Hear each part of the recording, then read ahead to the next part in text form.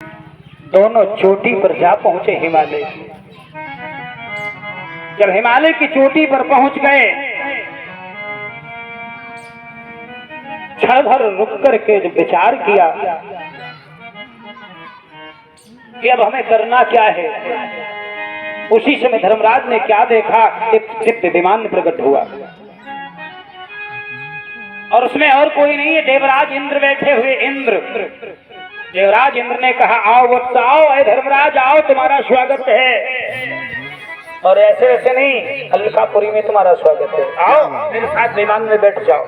25 मार्च जब विमान में बैठने लगे, मिसिर के निकट चंद्रावल में जैसे विमान में बैठने को तैयार हुए, पीछे मुड़कर देखा कुत्ता। भागवत कथा का नहीं, मैं नहीं जाऊंगा अकेला।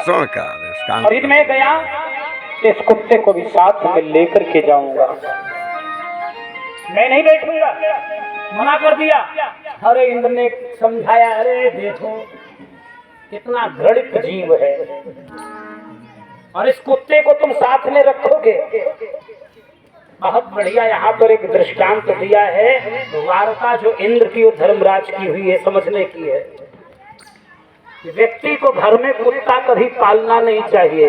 क्या बात कही? इंद्र समझा रहे हैं कि जो घर में कुत्ता पालता है उसके पितरों की मुक्ति नहीं होती है, इसलिए कुत्ता नहीं पालना चाहिए। यदि हम माला का जाप करते हैं, पूजन पाठ करते हैं, और उस समय यदि श्वान सामने से निकल जाए तो वो पाठ खंडित हो जाता है। इतना घृणित है, लेकिन फिर भी हम पालते हैं। आजकल फैशन चल गया है, घर में मुख्य द्वार पर लिखा होता है, पहले लिखा होता था स्वागतम, वेलकम, आजकल लिखा मिलेगा कुत्ते से सावधान।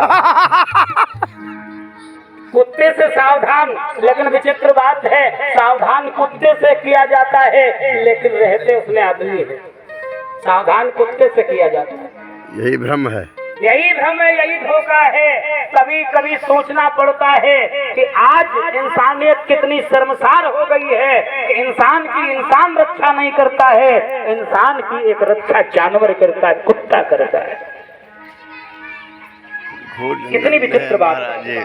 चंद्रावल बहुत भयंकर। धर्मराज को जो उपदेश किया इंद्र ने, अरे छोड़ो इस कामों, आओ मेरे साथ। लेकिन धर्मराज का सुनो, ये मेरा सच्चा साथी है। अरे जो मेरे साथी थे उन्होंने तो साथ छोड़ दिया, जिनका खून का रिश्ता था वो सब छोड़कर चले गए, और इसका हमारा कोई रिश्ता नहीं है, लेकिन इसने हमारा साथ नहीं छोड़ा।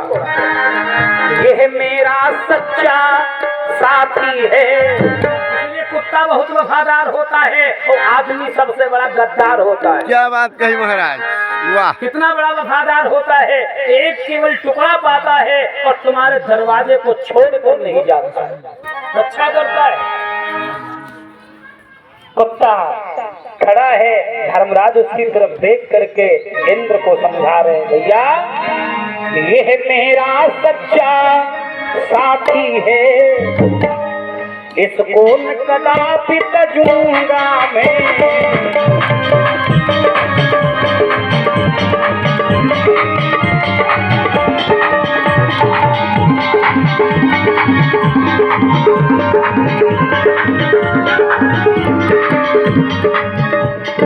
यह मेरा सच्चा साथी है,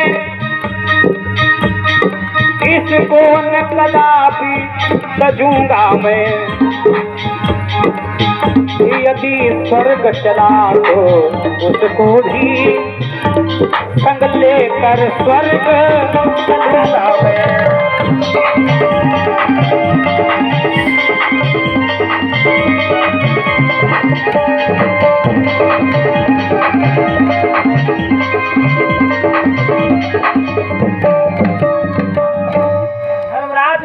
हमारी कितनी भी परीक्षा लें, कितना भी जांचें, कितना भी परखें, लेकिन मैं अपने कदम पीछे नहीं हटाऊंगा। यदि मैं स्वर्ग को गया तो इस कुत्ते को भी साथ लेकर के जाऊंगा, अन्यथा ले जाओ अपना विमान, में भी नहीं जा रहा। देवराज इंद्र ने कहा ठीक है, तुम इसको साथ में लेकर के चलो। धर्मराज ने जैसे कुत्ते को इशारा किया तो क्या देखा, वो कुत्ता नहीं था, वो साक्षात धर्म खड़े थे।